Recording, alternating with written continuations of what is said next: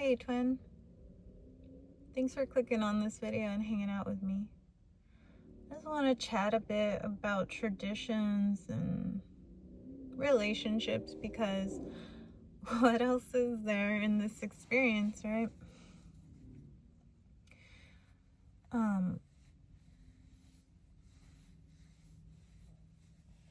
But it's been a lot of themes of Pride and Prejudice, and I've been seeing a lot everywhere these memes of a medieval princess with a knight, and they just have all these different captions and things where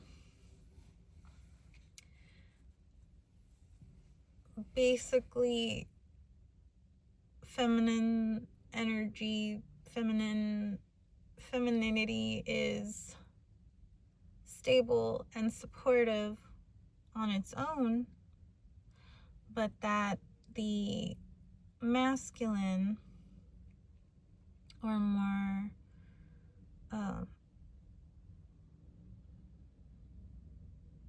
protective sort of energy is wanting to support that. And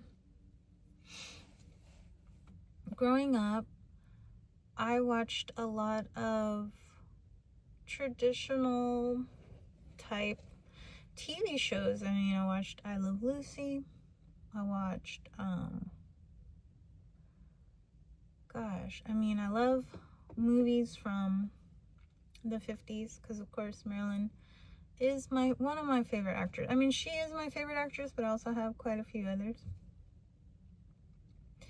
My favorite genre is silent, and I did make some clips of two of my favorite scenes from Zaza that I had watched the other night.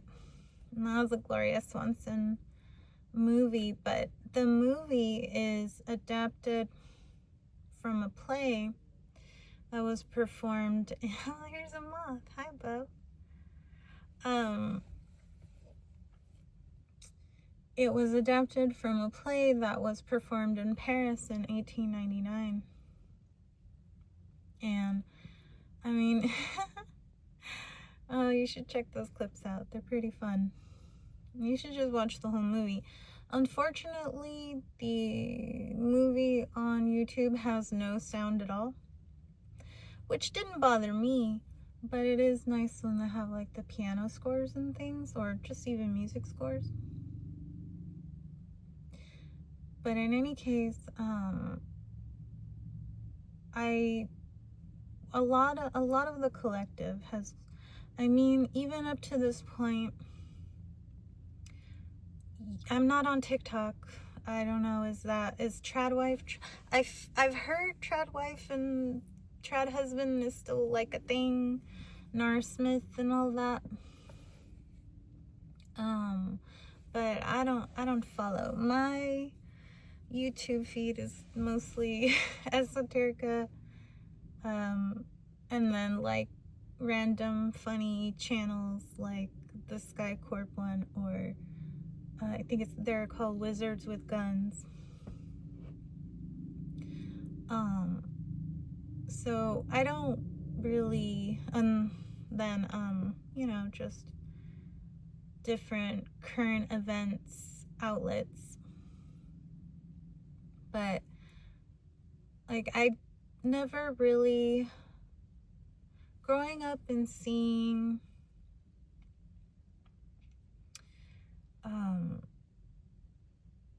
I mean, in I Love Lucy, yes, she was a housewife, but she always wanted to be on stage. She always wanted to get her break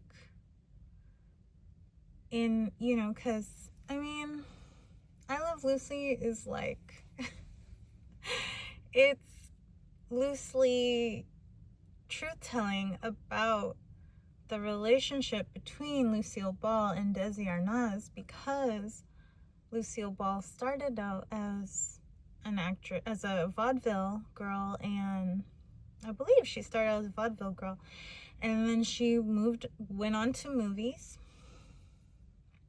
and she was already established within Hollywood. And then Desi Arnaz shows up, and he's basically like riding on the coattails of Lucille Ball. But yet, once they got married, it was all about him, and she's supposed to be in the background. And in I Love Lucy, like, it was actually true. I mean, the premise was that Ricky was, the famous one and marries her, but in 555, as I had looked up, but he was constantly dimming her light, constantly forcing her to make herself small, because he wanted to have the spotlight. He wanted to be center stage. And he was well aware of Lucy's star power. I mean, it's already established. But in the show, he saw her talent, her potential, her star power, but he took it as a threat. He did not take it as, this is my wife, I should be collaborating with her, I should be co-creating with her, we're both huge stars, we should, I mean, the whole cliche power couple thing, like, but it was because Desi Arnaz was a man-child. Desi Arnaz was jealous, was competitive with his own wife. And growing up, you hear that saying, behind every great man is a good woman.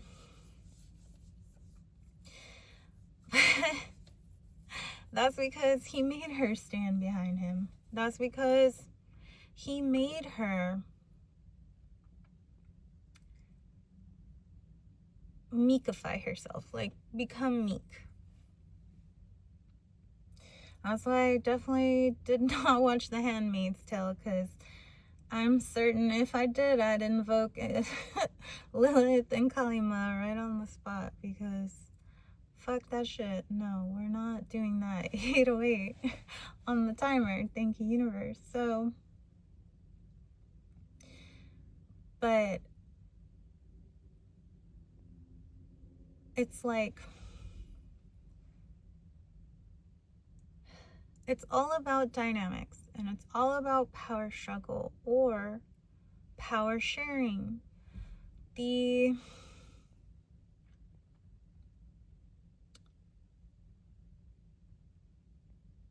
What is it? The whole trad wife and trad husband thing.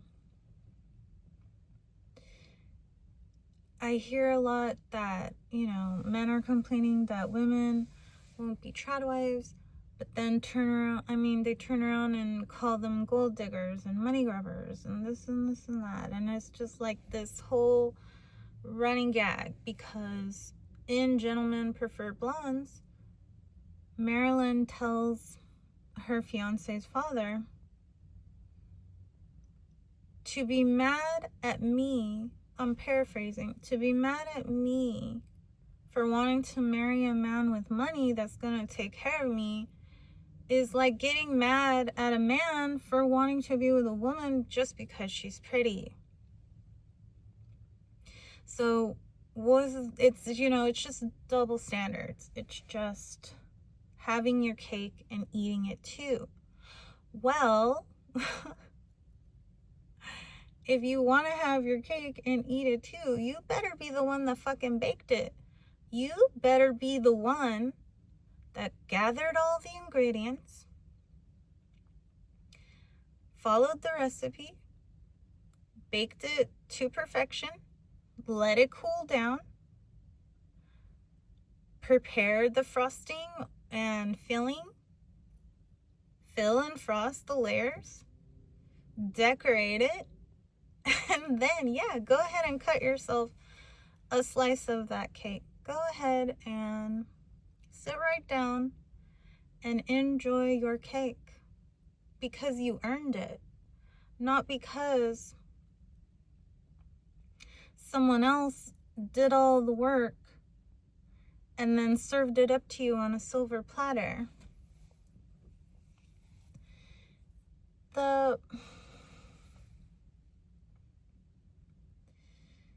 When I get incensed like this, I lose my train of thought. So here, I'm going to just adjust here and reposition myself, because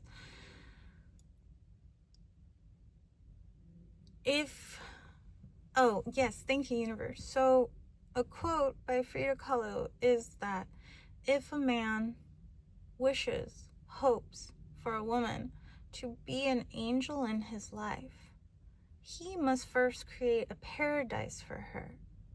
Angels don't live in hell. So for men to expect women to do the traditional shit, then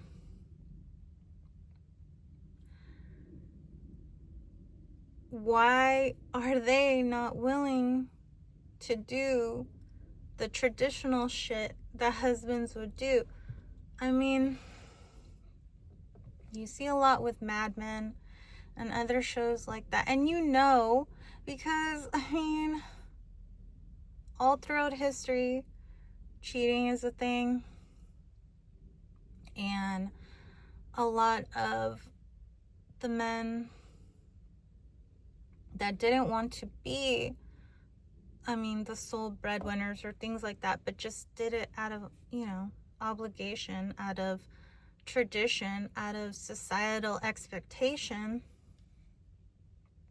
That's why we have so many divorces and loveless marriages.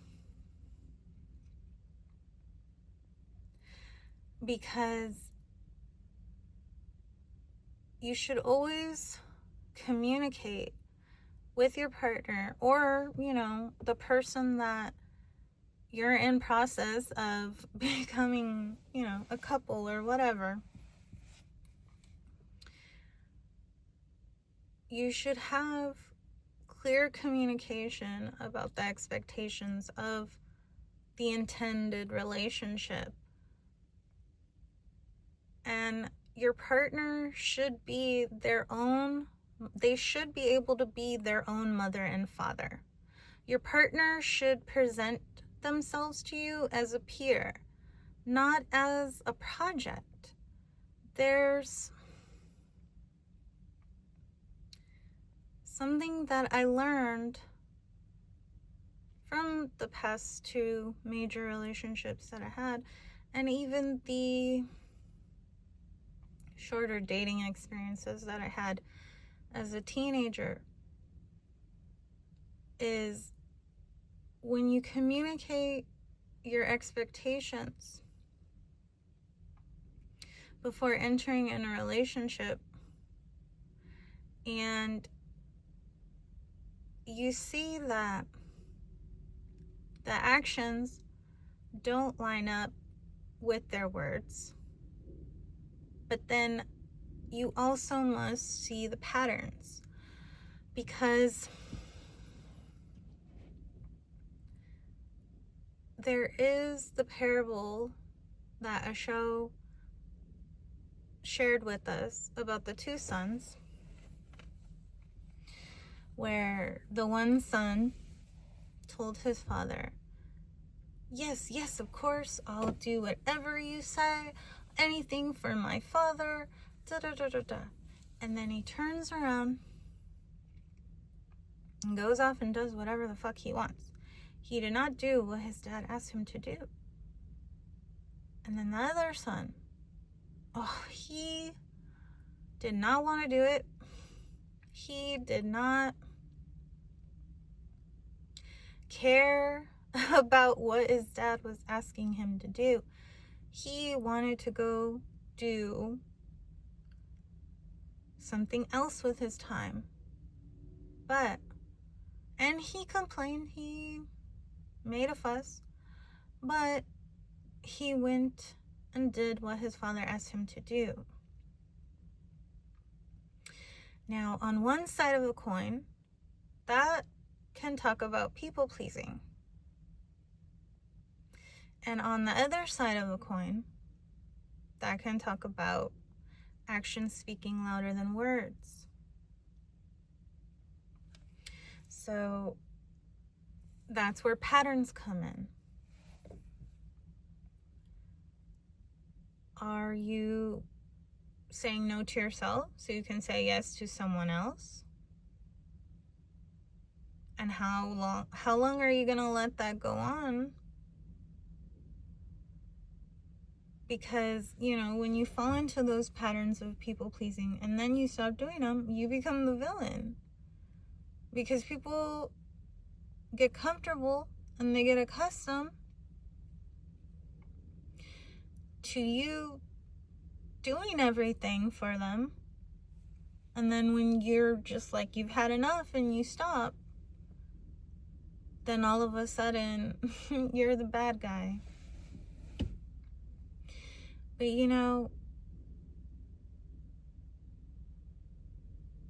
whatever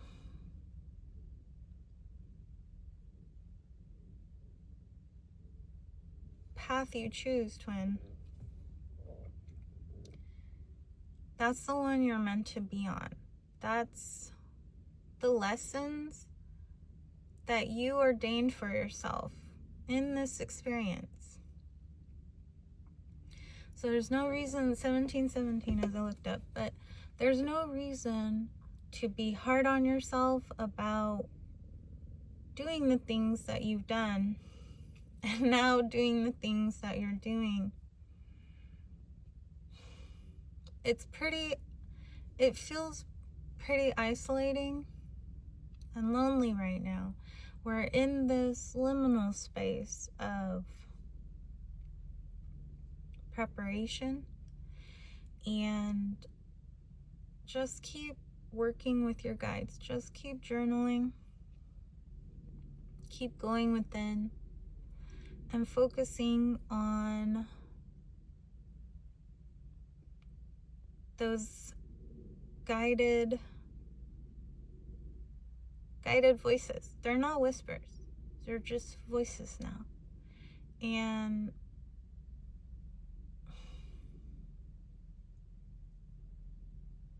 there is an underlying anxiety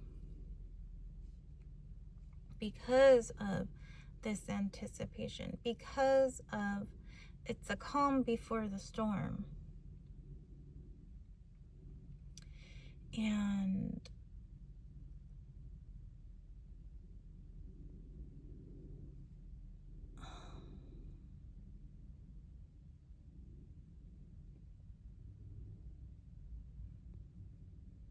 it's just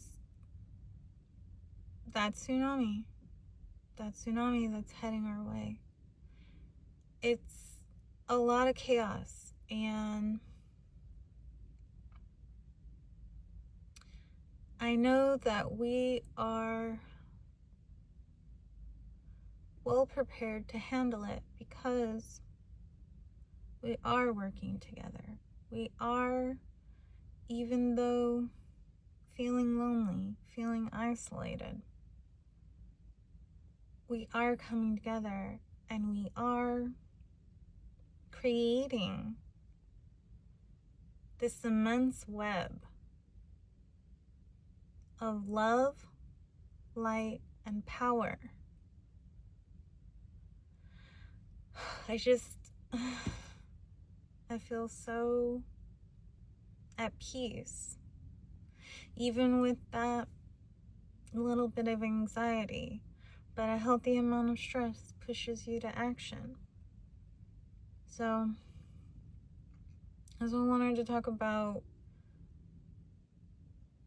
this whole traditional relationship thing, because being that I don't really consider myself any gender. I mean, I know I have female biology, but I do feel like a woman. I used to struggle with gender identity for a long time, but I mean, I don't really care. People could call me whatever they want. I don't care. If you have pronouns, I honor those. I respect them. There's no problem. I just saw something black float across. Did you see that, twin? Okay, thank you for visiting. Anyways,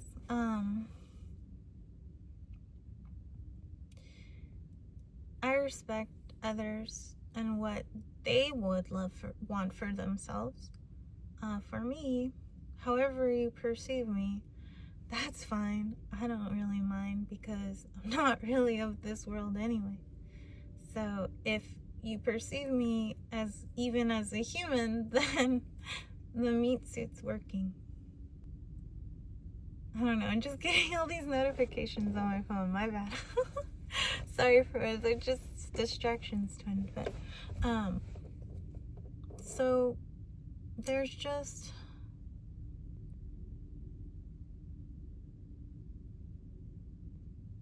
the guidance of the universe that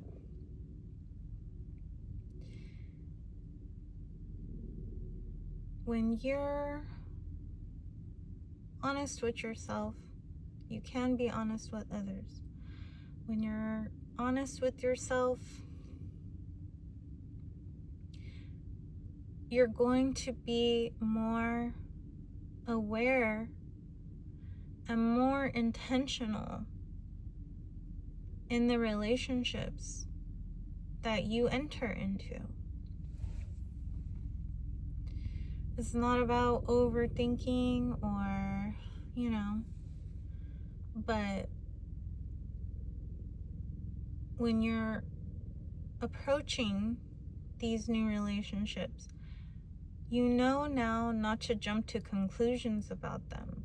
You know now to not try to define them into these little boxes.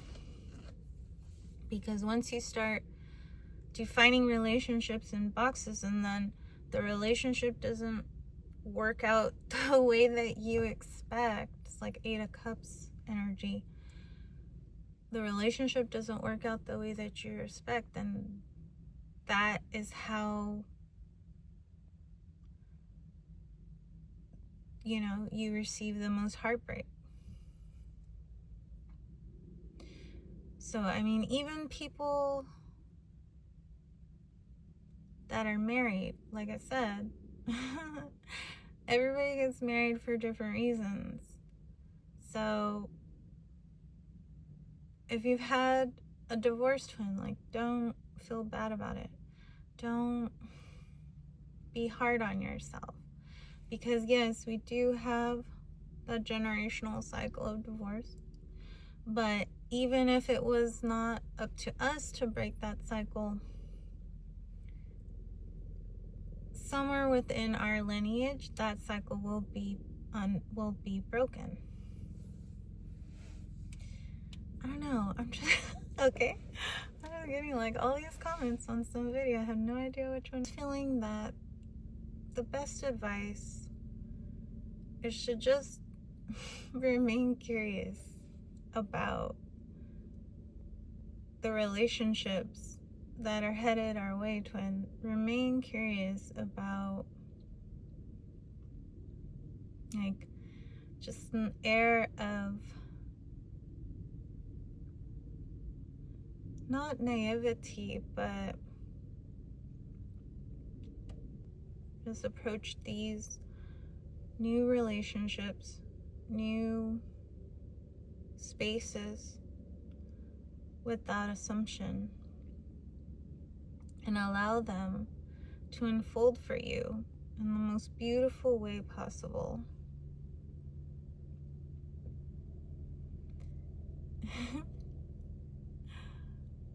I'm gonna get going, and I'll see you in the next one, okay? Talk to you soon. Love ya.